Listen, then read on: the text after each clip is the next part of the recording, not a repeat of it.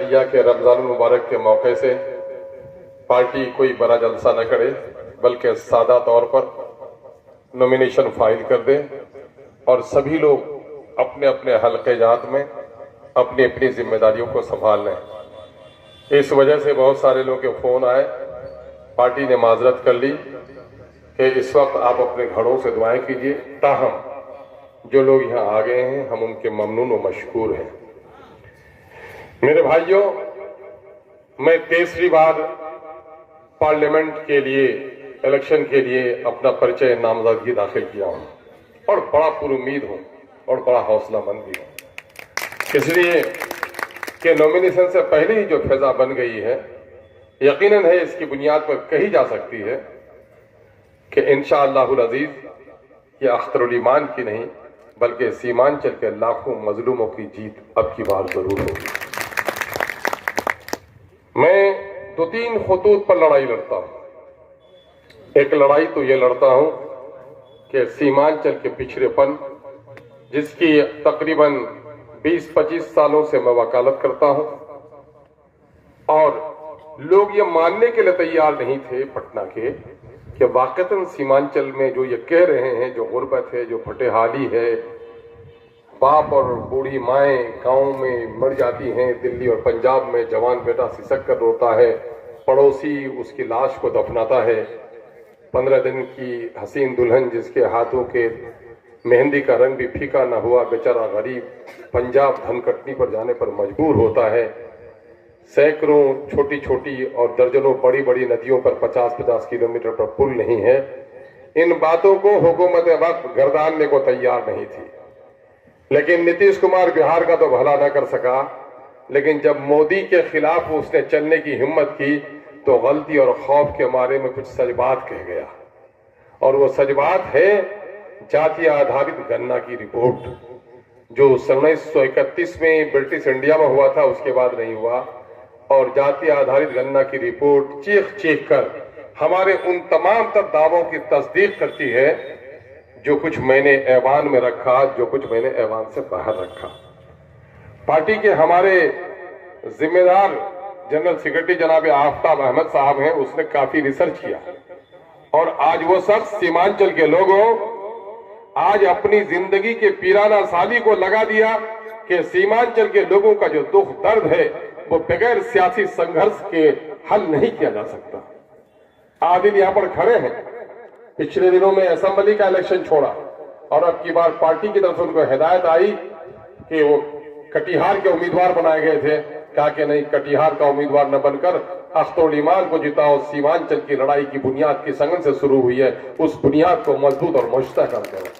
क्या आई है report? Report चीख चीख कर कह रही है कि MIM और अख्तरुल ईमान जो दावा पेश करता था कि दिल्ली और पटना की बेईमान सरकारों ने हमसे टैक्स लिया है और सारी तरक्की अपने अतराफ में किया है और हमको महरूम किया है, हमसे वोट लिया है और इसने सरकार बनाई है, वो सारे दावों की तस्दीक आज जातीय आधारित गणना की रिपोर्ट कह रही है, जो मैंने पर्चे की शक्ल में आप लोगों को तकसीम किया है।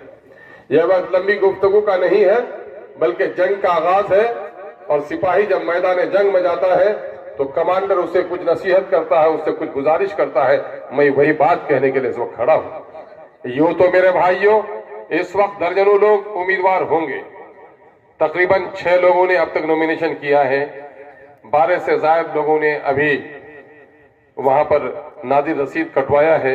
उम्मीद की जा सकती है कि 10-11 कैंडिडेट हो सकते हैं, लेकिन मैं आपको बता दूं कि लड़ाई छनकर हर बार की तरह 3 लोगों के दरमियान में होगी। ये लड़ाई होगी कांग्रेस पार्टी के उस नाकारा नुमाइंदे के खिलाफ जिन्होंने बड़ी सादगी के साथ इस इलाके का वोट लिया और यहां की जनता को महरूम किया। कांग्रेस पार्टी जिसको कुछ नादान आज भी खानदानी पार्टी कहते हैं, हरचंद के अल्हम्दुलिल्लाह बूढ़ों और बुजुर्गों की एक बड़ी जमात अब होश में आ गई है। उन्होंने अपने पुराने दस्तावेज देखे, कागजात के, कहीं भी उनके बाप दादा के नाम में गांधी और नेहरू या कांग्रेस लिखा हुआ नहीं है, कहीं यूसुफ लिखा हुआ, कहीं इब्राहिम लिखा हुआ है। अल्हम्दुलिल्लाह उन्होंने भी अपने जवान बेटे के मशवरे पर अमल करना शुरू कर दिया है। मैं मुबारकबाद देता हूं प्रदेश में रहने वाले उन नौजवानों को जिन्हें कभी चिढ़ाते हुए अमीर लोग चकरिया कहते थे, मैं उन्हें खुदाई फौज कहता हूं। ये फरिश्ता सिफत, ये नौजवान जो घरों को छोड़कर आज दिल्ली और पंजाब और हरियाणा गए, आज उन्हीं की बदौलत उनकी बहनों के हाथों में मेहंदियां लग रही हैं। बाप का कफन और माँ की दवाई के पैसे उसी के मरहूने मिन्नत हैं। आज वो वहां से सिर्फ पैसा नहीं भेजता है बल्कि ये हिदायत भी भेजता है। अभी मुझे दिल्ली जाने का इत्तेफाक हुआ, हैदराबाद गया तो वहां भी अपने मजदूर साथियों से मिला। अभी पिछले दिनों में बम्बई, महाराष्ट्र के मुख्तलिफ शहरों में और फिर गुजरात और गुजरात के मुख्तलिफ शहरों में, अहमदाबाद में, सूरत में जाने का मौका मिला। नौजवानों में जोश और जज्बा देखा। उन्होंने कहा, जनाबो वाला आप लोग यहाँ पर क्यों आए हैं कहने के लिए कि हम आपको वोट देंगे? हम आपको वोट ही नहीं देंगे, हम आपको नोट भी देंगे। आप लोग जाइए मैदान में काम कीजिए। हम लोगों ने अपने बाप को कह दिया, अपनी माओं को कह दिया, अपने भाइयों को कह दिया, अपनी बहनों को कह दिया है कि तुम्हारा भाई कुर्बानी देकर अगर आज शहर में 2 पैसा कमाता है तो यकीन है कि मुझे कोई खौफ अगर हो तो मुझे सहारे के तौर पर एक शख्स नजर आता है जिसका नाम बैरिस्टर असदुद्दीन अवैसी है। इसलिए अपना एक एक वोट अगर किसी को देना तो बैरिस्टर असदुद्दीन अवैसी को देना। बूढ़ों ने गवाही भी दी कि हाँ, मैं तो पहले नहीं सोच रहा था, मेरा बेटा दिल्ली से कहा है, बॉम्बे से कहा है, महाराष्ट्र से कहा है कि अब्बा MIM के सिवा किसी को वोट देकर अपने वोट को जाया न करना। आज एक इनकलाब आया है साहब। कौन लोग आए हैं आपके मैदान में? कांग्रेस की पार्टी है, मजबूरी की पार्टी रही है मुसलमानों की। मुसलमानों की तारीख को याद करो। दस्तूर हिंद के नफाज के बाद SC ST में मुसलमान भी शामिल थे, लेकिन दस्तूर का नफाज होता है 26 जनवरी को और 10 अगस्त को एक सर्कुलर जारी करती है कांग्रेस और कह देती है कि मुसलमान का धोबी पिछड़ा होगा और गैर मुसलमान जो धोबी होगा शेड्यूल कास्ट होगा। मुसलमानों की महरूमी का आगाज वहीं से शुरू किया इन बेईमानों ने। और फिर क्या किया? ये सारा हिंदू और मुसलमान मिलजुल कर रहते थे, लेकिन सत्ता के शौक ने वो शैतानी काम कराया कांग्रेस से कि बाबरी मस्जिद को इसने फितने का मरकज बनाया और उसी पर वहां पर ताला तोड़कर मूर्ति बैठाने का काम किया। किसके जमाने में बाबरी मस्जिद में मूर्ति बैठाई गई? कहो। कांग्रेस के जमाने। ताला किसने तोड़ा? अगर कांग्रेस ने ताला न तोड़ा होता, मूर्ति न बैठाई होती तो क्या वो हमारी मस्जिद आज टूट सकती थी? नहीं टूट सकती थी। मस्जिद के तोड़ने का सबब कौन बना और मस्जिद को तोड़ा किसने? भाजपाइयों ने तोड़ा। आज मस्जिद में ताला लगाने और मूर्ति बैठाने वाले लोगों के नुमाइंदे आपके सामने में हैं और मस्जिद तोड़कर मंदिर बनाकर झंडा लहराने वाले लोगों के मुनाफिक नुमाइंदे भी आपके सामने में। और एक तरफ आपका वो जिम्मेदार साथी खड़ा है जिसे बैरिस्टर असदुद्दीन अवैसी कहते हैं और जिनके बाजू में ताकत पहुंचाने के लिए अख्तरुल ईमान खड़ा है, जो मस्जिद में ताला लगाने और ताला तोड़ने वालों, मस्जिद में मूर्ति बैठाने वालों और मस्जिद को तोड़कर मंदिर बनाने वालों के खिलाफ खुदा के घर की वकालत करते हुए आपकी आवाज बनते हुए खड़ा है। आपको तय करना पड़ेगा आप किधर जाएंगे। मुझे एक साहब मिले, बूढ़े बुजुर्ग मिले, बेटा आप लोग तो तीनों मुसलमान उम्मीदवार हैं, हम लोग किधर जाएंगे, बड़ा परेशान है। मैंने कहा चचा जान आप परेशान मत होइए, आपका बेटा नुमाइंदगी का दावा पेश करता है। नुमाइंदे का काम यह है कि लोगों के मसाइल और लोगों के उलझनों की गुत्थियों को सुलझा दे। आप परेशान हैं, मैं परेशानी का हल पेश कर देता हूं। आप रमजानुल मुबारक के महीने में 100 रुपए अगर ज़कात तकसीम करना चाहते हैं, एक तरफ गांव का एक शराबी है जो आ गया है और कहता चचा जान मेरी कुछ मदद कीजिए, और एक दूसरा जुआरी आ गया है जो कहता है चचा जान मेरी मदद कीजिए, और गांव का एक माजूर आ गया है जिनके हाथ टूटे हुए हैं, पांव टूटे हुए हैं और वो कमाने के लायक भी नहीं है। बताइए तो आप ज़कात की रकम किसको दीजिएगा? तो बूढ़ा बोल बेटा नहीं बेटा, मैं शराबी को ज़कात की रकम देकर शराब पिएगा वो गुनहगार मैं बनूंगा, मैं जुआरी को ज़कात की रकम देकर जुआ खेलेगा मैं गुनहगार बनूंगा? नहीं बेटा, जो हकदार है मैं तो उसी माजूर को दूंगा। तो फिर मैंने कहा चचा जान मसला तो हल है, मस्जिद तोड़ने वालों को देंगे वोट आप? बोला नहीं बेटा ऐसा कैसे होता है, मस्जिद के लिए तो हम गर्दन कटाने के लिए तैयार हैं, मस्जिद तोड़ने वाले को वोट नहीं दे सकते। मैं कहता हूं कि जो शख्स आज मोदी का नुमाइंदा बनकर आया है, चचा उसके बारे में क्या ख्याल है? कहा कि हाँ बेटा तुमने मेरे आंखों की पट्टी खोल दी। मैंने कहा मस्जिद में जिसने मूर्ति बैठा दी, मेरे घर पर कोई गोबर फेंक दे मैं उसे बर्दाश्त कर लूंगा, लेकिन खुदा के घर में कोई गोबर फेंक दे तो मैं तो गर्दन कटाने के लिए तैयार रहूंगा। ये बोलो खुदा के घर में जिसने मूर्ति बैठाई है उसके बारे में क्या ख्याल है? कहा हाँ बेटा मजबूरी थी, कल तक गांव में एक ही क्वैक डॉक्टर था, मेरी दादी उसी के दवा से मर गई थी, लेकिन क्या करोगे, कोई दूसरा डॉक्टर न था, तो माँ बीमार पड़ी थी तो मैंने उसी से दवा लिया था। कांग्रेस तो हमारी मजबूरी की पार्टी थी, अब मजबूरी की पार्टी नहीं रही है। जब से तुम लोग आए हो, तुम लोगों की तरफ दिल हमारा बढ़ने लगा है। हालात बदल रहे हैं नौजवानों। इस वक्त मैं आपको बता दूं बड़ी जिम्मेदारी के साथ कि अख्तरुल ईमान सबको पसंद है, लेकिन आपकी पार्टी खड़ी करे ये बात किसी को पसंद नहीं है। कांग्रेस के लोगों ने टिकट ऑफर किया, जदयू ने खुशामद करके टिकट दिया, वजारत की पेशकश की, लेकिन जानो एक अख्तरुल ईमान है आपका भाई। 2014 आपको याद होगा, राजद से मैं एमएलए था और उस वक्त नीतीश कुमार बीजेपी के साथ मिलकर पे दर पे गलत फैसले ले रहा था।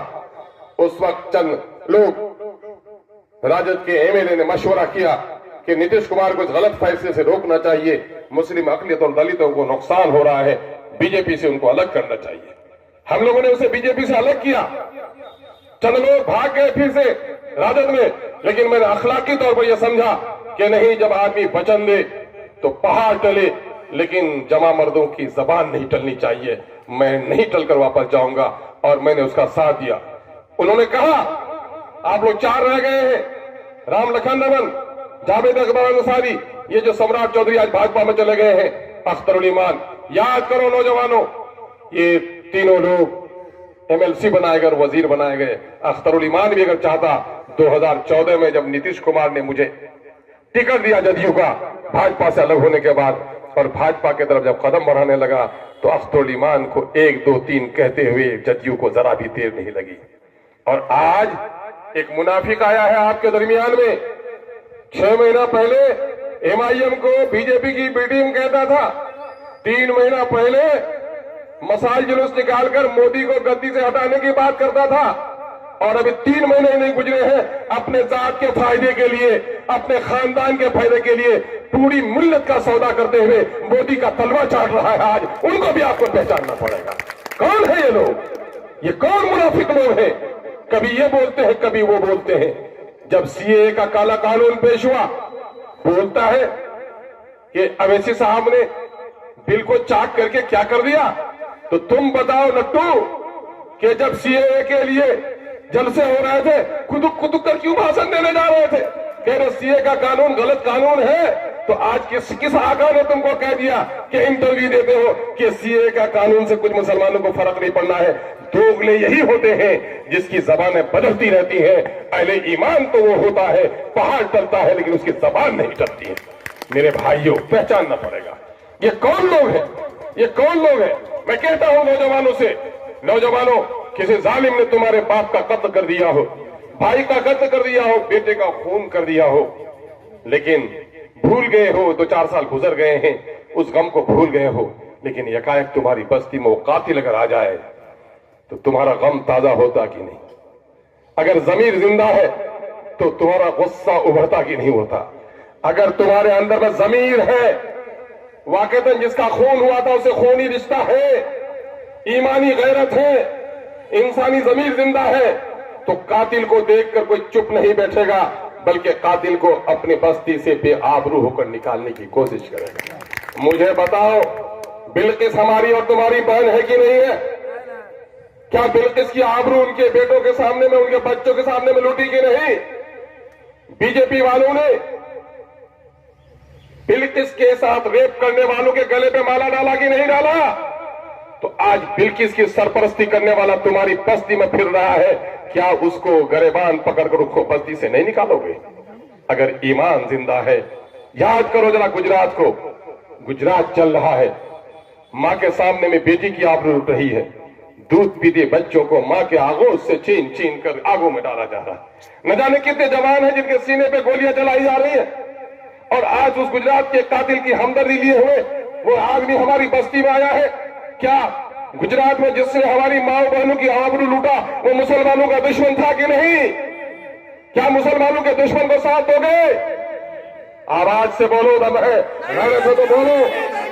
क्या जिन लोगों ने गुजरात में मुसलमानों का कत्ल किया उसका साथ दोगे? क्या बाबरी मस्जिद तोड़ने वालों का साथ दोगे? क्या बिल्किस का रेप करने वालों का साथ दोगे? क्या सीए का कानून बनाने वालों का साथ दोगे? क्या जिन्होंने 370 को खत्म किया उसका साथ दोगे? क्या जिन्होंने बाबरी मस्जिद को तोड़वाने का काम किया उसका साथ दोगे? लोगों, अगर ये तय कर लेते हो, यकीन जानो मसलहत पसंदी अच्छी चीज है, लेकिन बेजा मसलहत पसंदी माँ की आबरू लूटे, बहन की आबरू लूटे और समझ रहे हो कि डाकू है, आबरू लूटता है, मैं जाऊंगा तो मर जाऊंगा, ऐसे ना हंजार औलाद की जरूरत नहीं है। माँ की आबरू बचाते हुए जो शहीद हो जाए उसी को दुनिया याद रखती है। मेरे भाइयों, आज वक्त हालात ऐसे हैं कि सीमांचल को सब कोई तबाह व बर्बाद करना चाहता है। बोलता है विकास के नाम पर वोट मांगने आए हैं, तो विकास के नाम पर वोट मांगने आए हो तो फिर कोचाधामन के लोगों के लिए तुम्हारा विकास नहीं देखा कि 86,000 के मुकाबले में 36,000 में तुम्हारा कद तराश कर नीचे कर दिया। अगर विकास के नाम पर वोट मांग रहे हो तो फिर दूसरे कातिलों के साथ जाकर क्यों बैठे हो? फिर मुसलमान जिस बीजेपी से दूरी अख्तियार किए हुए हैं उसका झंडा लेकर क्यों बैठे हो? विकास किनको कहते हैं? विकास अख्तरुल ईमान जब एमएलए रहा, यह पैगाम दे रहा हूं, ये कुछ झूठे और मक्कार लोग जाकर कह रहे हैं हमने तो ये कर दिया, हमने वो कर दिया। सरकार की पॉलिसी बनी engineering college, district wise engineering college बन रही है, इसमें तुम्हारा क्या दखल था? जब एमआईएम ने ललकार कर कहा कि देखो मुसलमानों की आबादी 12% है तेलंगाना में, 1 करोड़ भी नहीं है, वहां मुसलमानों के 1 लाख बच्चे टेमरिस के स्कूल में पढ़ रहे हैं, तेलंगाना माइनॉरिटी रेसिडेंशियल स्कूल में। ये पेश किया, यहां के लोगों को भिजवाया गया और आज उसकी बुनियाद पर एक स्कूल खुला भी, बच्चे दाखिल नहीं हुए आज तक, उसको तुम गारंटी लेते हो? मकान बनाकर कमीशन खोरी का काम करने वाले, बालू गिट्टी ईंट सीमेंट की कालाबाजारी करने वाले, सड़कों पर रात को छापा मारने वाले, डाकुओं के साथ खड़े रहने वाले, लुटेरों के साथ लूटने वाले, तो समाज की क़यादत करना चाहता है। जनता होशियार हो गई है, दूर का ढोल सुहाना होता है। हमारे कुछ लोग हैं, हम खबर देना चाहते हैं, मेरे भाइयों तहकीक करो। अक्सर मैंने कहा है, एक बेटी का रिश्ता करते हो, एक बेटे का रिश्ता करते हो तो तहकीक करते हो। बहू गलत आए तो घर टूट जाएगा, अगर दामाद गलत हो तो बेटी की जिंदगी परेशान हो जाएगी। क्या पता नहीं एक नेता आवारा हो तो पूरी कौम की तकदीर बर्बाद हो जाएगी। आज नौजवानों को आवारा कौन बना रहा है? जरा आंखें फेर कर देखो, चोर उचक्कों का सरदार कौन बना हुआ है? लूटो और बांटो कौन कर रहा है? अख्तरुल ईमान नजरियात की सियासत करता है, किसी का तलवा नहीं चाटता, फिरका परस्तों का झंडा लेकर कभी फिरने का काम नहीं करता है। फिरका परस्ती की तरफ कदम बढ़े थे नीतीश कुमार के, उस वक्त अख्तरुल ईमान ने 2014 में 1, 2, 3 तलाक मुगल्लजा दे दिया था, कभी उससे दोबारा निकाह की उम्मीद नहीं रखता है मेरे भाइयों। और आज ये लोग दिग्भ्रमित कर रहे हैं लोगों को। मेरे भाइयों, आपको होशियार होना पड़ेगा। आज देखिए बैरिस्टर सुदीन अवैसी साहब आए, उनके कदम पड़े और तरक्की शुरू हुई। बोलता है मेडिकल कॉलेज कहा, बोलता है इंजीनियरिंग कॉलेज कहा। तू बता कि बिहार का टैक्स तेरे ने लिया, तेरे आका ने लिया, किशनगंज को क्या दिया? अलीगढ़ की जमीन के लिए लड़ाई लड़नी पड़ी और यहाँ के आवाम को सलाम कि लाखों लोगों ने प्रदर्शन किया, तब 3 साल के बाद नानी मर रही थी नीतीश कुमार की, जमीन देने पर मजबूर हुआ। 3 साल पहले अगर दे दिया होता शायद अलीगढ़ का मामला कुछ आगे बढ़ गया होता। लेकिन उसके बाद कांग्रेस के लोगों को भी जवाबदेह होना पड़ेगा कि 2012 और 13 में, चूंकि 2011 के 30 दिसंबर को अलीगढ़ की जमीन का एग्रीमेंट हुआ था, 12 और 13 तक, 14 के अप्रैल तक इनकी हुकूमत रही, अलीगढ़ को एक पैसा देने का काम नहीं किया। और जब अलीगढ़ की तहरीक उठी और लोगों ने नारा दिया, ए नीतीश कुमार कान खोल कर सुन लो कि अलीगढ़ के लेने दोगे जमीन तो सीमांचल में पांव रखने की नहीं देंगे तुमको जमीन। ये नारा जब बुलंद हुआ तो उस वक्त तक नीतीश कुमार इस इलाके में आने की हिम्मत नहीं किया जब तक कि यहाँ के लिए दूसरा काम नहीं किया। एपीजे अब्दुल कलाम जो एग्रीकल्चर यूनिवर्सिटी देख रहे हो, उसी इनकलाब का नजरिया है कि नीतीश कुमार ने कहा माफ करो, अलीगढ़ की जमीन देने में देर हुई है, चलो एक कॉलेज दे देता हूं, मुझे पांव रखने की जगह दो। यह है आपके इनकलाब का नतीजा। और कोई कहता है ये मेरी कोशिश है। मैं अक्सर कहता हूं, पीपल के दरख्त के टहनी को नहीं तोड़ सकता वो माजूर, उसका कद ऊंचा नहीं है कि पीपल की टहनी को पकड़ सके, लेकिन आंधी में जब वो दरख्त गिर जाता है तो गांव का वो पागल उसके ऊपर बैठ जाता है सवेरे कि इसको हम ही ने उखाड़ा है। यही काम कुछ नाटेकल का नेता लोग करता है। ये काम किसने किया? पूछो जाकर कोचाधामन के लोगों से, पिपला एक जगह है जहां 7 जगह से सड़कें बनती हैं। बताओ उसमें तुम्हारा क्या रोल है? बरियान के लोगों से पूछो, जाके बैचाकुटी के लोगों से पूछो नदी पे किसने कुंभ बनवाया है। टेंगरवाड़ी के लोगों से पूछो कि 2 वार्ड के लिए 4 करोड़ का पुल किसने बनाने का काम किया है। पूछो बगलवाड़ी के लोगों से कि 3 साल तक पुल लखवापारा में टूटा पड़ा था, पुल न बना था। 3 महीने के अंदर में आरसीसी पुल बनवाने का काम किसने किया है? पूछ लो बिरपुर के लोगों से, जरा अपने बस्ती के लोगों से भी पूछ लो कि तुम्हारी बस्ती में 3-3 पुल, मिलनत नगर में पुल बनाने का काम किसने किया? तुम्हारी बस्ती में पुल किसने बनाया? कब्रिस्तान जाने के लिए गया एक दिन, कब्रिस्तान जा रहे थे लोग, तो वहीं पर वहां पर भी पुल बनवा दिया उसी पंचायत में। जो काम हमने किया है, कोई मुनाफिक चुप रहे तो चुप रहे, लेकिन ईंट कंकर और पत्थर चीख चीख कर बोल रहा है कि अख्तर ईमान ने जो कोचाल हमन में काम किया है, कोई मुनाफिक तो भुला सकता है, कोई सच्चा इंसान उसे भुला नहीं सकता है। आज ब्राह्मणों की बस्ती है वहां असुरा में। मैंने मुख्यमंत्री जी को जाके कहा, मुख्यमंत्री जी नदी ने अगर अपना रुख बदल दिया तो 50,000 की आबादी हमारी मुतासिर हो जाएगी। ब्राह्मण भाइयों की तरफ से मुझे आरोप है कि मियां एमएलए है इसलिए तवज्जो नहीं देता है, यह काम करा दीजिए। मुख्यमंत्री ने चिट्ठी में लिख दिया और आज जो असुरा में जो बांध बना है, लोग साल साल में जाकर अपना फोटो लेता है कि ताजमहल के आगे में फोटो लेंगे तो ताजमहल मेरे अब्बा जान का हो जाएगा। ये गलत फहीम मत हो। गाजपाड़ा में देख रहे हो ये किसके जमाने में हुआ? ये सारे काम गिनवाऊंगा तो वक्त लग जाएगा। मैं सिर्फ आज कह देता हूं कि आजादी के 77 साल हो गए। तैयबपुर में सन 1911 में जो पुल बना था रेलवे का, नेरो गेज का, उसी को कन्वर्ट किया रोड पुल में। आज तक पुल नहीं बना, लोग मंत्री बने वहां के। ये जो पुल बना है मस्तान चौक का, ये पब्लिक ब्रिज नहीं है, एडमिनिस्ट्रेटिव ब्रिज है। डीएम को जाना है टेराघाट बहादुरगंज, किधर से जाता? बीडीओ दारोगा को आना है किधर से आता? जनता के लिए आज तक कोई पुल नहीं बना। लेकिन अपने भाई को मुबारकबाद दो कि आपने इनको इजाजत दी कि जाओ, तुमने अपने घर में चिराग जलाया है, अपने पड़ोस में जहां पे जाके चिराग जलाओ। मैं सलाम करता हूं अमर पैसा के लोगों को कि उस वक्त जब मैं बेरहरवी का मेरे सामने में कोई मंजिल नहीं थी, उन भाइयों ने मेरा बाजू पकड़ा और अपने यहाँ ले जाकर मुझे खड़ा किया। 1,88,000 वोट में 94,000 वोट देकर मेरी तारीखी फतेह से हमको हमकनार किया। और आज तो कभी सोचा नहीं था लोगों सपने में, आज महानंदा नदी में यही कान की बरारों के नजदीक अभयपुर को जोड़ने वाली 1 किलोमीटर 113 मीटर 2 करोड़ 7 लाख की लागत से पुल बना है। विकास पुरुष कहने वाले तुमको नहीं सुझा के हम बना दें? मुख्यमंत्री के आगे पीछे, घर के आगे पीछे लुकुर लुकुर करके फोटो भेजते हो, नहीं करा सकते थे मुख्यमंत्री से काम? ये काम तो करा नहीं सकते हो। सोशल मीडिया में कुछ लोगों को हमनवा बनाकर दलाली करके लोगों को दिग्भ्रमित करते हो। ये दिग्भ्रमण का काम नहीं चलेगा। मैं पूछता हूं बिहार की सरकार से, केंद्र की सरकार को प्रपोजल भेजने के लिए कहा कि यहाँ 200 एकड़ जमीन लगभग पाटकोई के पास है, एम्स के लिए प्रपोजल भेज दीजिए। बिहार की सरकार ये भी भेजने के लिए तैयार नहीं है। मेरे भाइयों, पट्टे में लोग जो बैठे हुए वो सीमांचल को आगे बढ़ने नहीं देना चाहते। मैं रिपोर्ट बता रहा हूं अभी आपको, 13 करोड़ का बिहार हो गया है, 2 करोड़ 31 लाख मुसलमान है। इसकी नौकरी में हिस्सेदारी 3,68,000 होती है। सिर्फ 1,73,000 नौकरी देकर 1,95,000 नौकरी से हमें महरूम रखा गया। सुरजापुरी की आबादी 24.5 लाख होती है, नौकरी में हिस्सेदारी उनकी 39,000 होती है। 15,000 नौकरी देकर 24,000 की नौकरी से उन्हें महरूम रखा गया। शेरशाहबादी भाइयों की जो नौकरी है 13 लाख की आबादी में 21,000 होती है, लेकिन सिर्फ उन्हें 5,500 नौकरी दी गई। कुलैया भाइयों की नौकरी होती है 12 लाख की 19,000, सिर्फ उनको 6,000 की नौकरी दी गई है।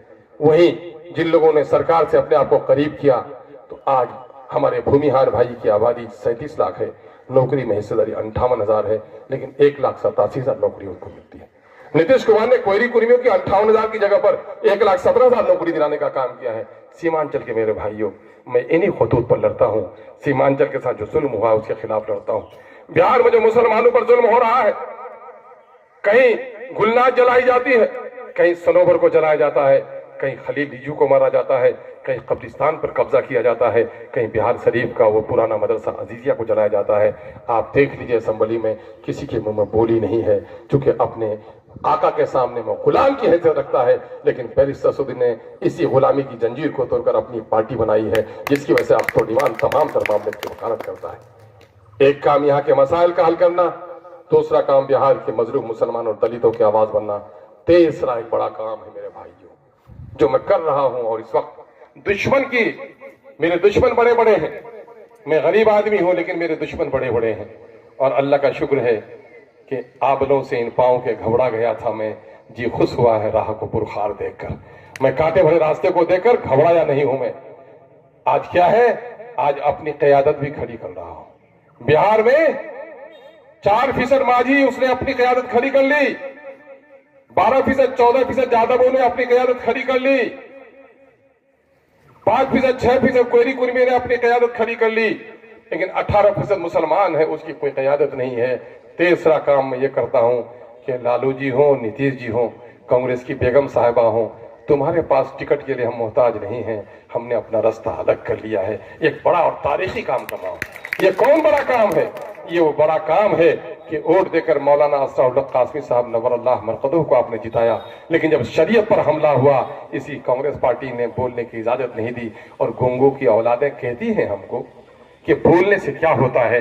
बैरिस्टर असदुद्दीन अवैसी ने अगर सीए के बिल को चाक नहीं किया होता तो सिर्फ शाहीन बाग जैसा नजारा पूरे मुल्क में तुमको देखना मुयस्सर नहीं होता। इसलिए मेरे भाइयों, आइए अपनी क़यादत खड़ी कर रहा हूं। इस क़यादत को खड़ी करने के लिए हमारा साथ दीजिए। इस वक्त हमारे खिलाफ कांग्रेस पार्टी चाहती है कि मुसलमानों की मस्जिदें तोड़ी जाएं। गुजरात का दंगा तो आज है, लेकिन मुरादाबाद के ईदगाहों में गोलियां चलाई जाएं, लेकिन मुसलमानों को दूसरी तरफ जाने का मौका न दिया जाए। अल्हम्दुलिल्लाह आज MIM खड़ी हो गई है, उसके टिकट का मोहताज नहीं है, बल्कि मुख्तलिफ जगहों से हमारे हिंदू मुस्लिम भाई दो अदर कम्युनिटी के हैं, वो ये कह रहे हैं कि हमने इनके करतूत देखे हैं, इनका नाम मजलिस इत्तेहादुल मुस्लिमीन हो सकता है, लेकिन मजलूम की आवाज है। कहीं से भी बैरिस्टर असदुद्दीन अवैसी ने हैदराबाद या पूरे मुल्क में और अख्तुल ईमान में बिहार में कभी हिंदू और मुसलमान के दरमियान में तफरीक की बात नहीं की है, बल्कि हमेशा अदल और इंसाफ की बात की है। यही वजह है कि उनका विश्वास जम रहा है। आइए आज ये आहद कीजिए आप कि आपने अगर अपना एक एक वोट हमें दिया, और कांग्रेस की मजबूरी की पार्टी और नाकारा पार्टी जिसकी जहां आका के खिलाफ जबान खोलने की रवायत नहीं रही है, और बीजेपी गलतफहमी से निकल जाइए कि ये तीर हमारे कुछ जो दलाल है जाके समझाते हैं, नहीं नहीं ये नीतीश कुमार जी का निशान है ना। अहमद के बच्चे, तू बता कि जब 3 तलाक के बिल की पेशी हुई थी तो नीतीश कुमार ने अपने आका मोदी का साथ दिया कि नहीं दिया? जब 370 हुआ तो उसने साथ दिया कि नहीं दिया? तो हर मामले में तो उनका साथ दे ही रहे हो। तो फिर कहां से जदयू अलग, बीजेपी अलग हो गई है?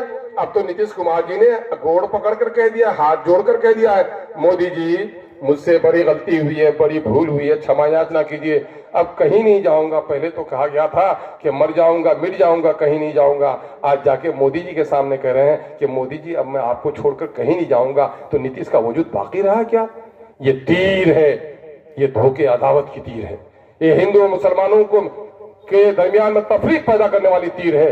इसलिए हमारे नौजवान लोग नारा लगाते हैं कि फूल नफरत का चमन में अपने खिलने न देंगे, तीर अदावत की अपनी बस्ती में चलने न देंगे। किशनगंज पार्लियामानी हल्के के जर्रे जर्रे ने खाई है यह कसम, किसी मीर जाफर को और किसी दलाल को अब नेता बनने नहीं देंगे। इसलिए आप लोगों को खड़ा होना पड़ेगा, खड़ा होना पड़ेगा, अपनी लड़ाई लड़नी पड़ेगी। याद रखिए, जिंदाबाद, वतन चाप जिंदाबाद।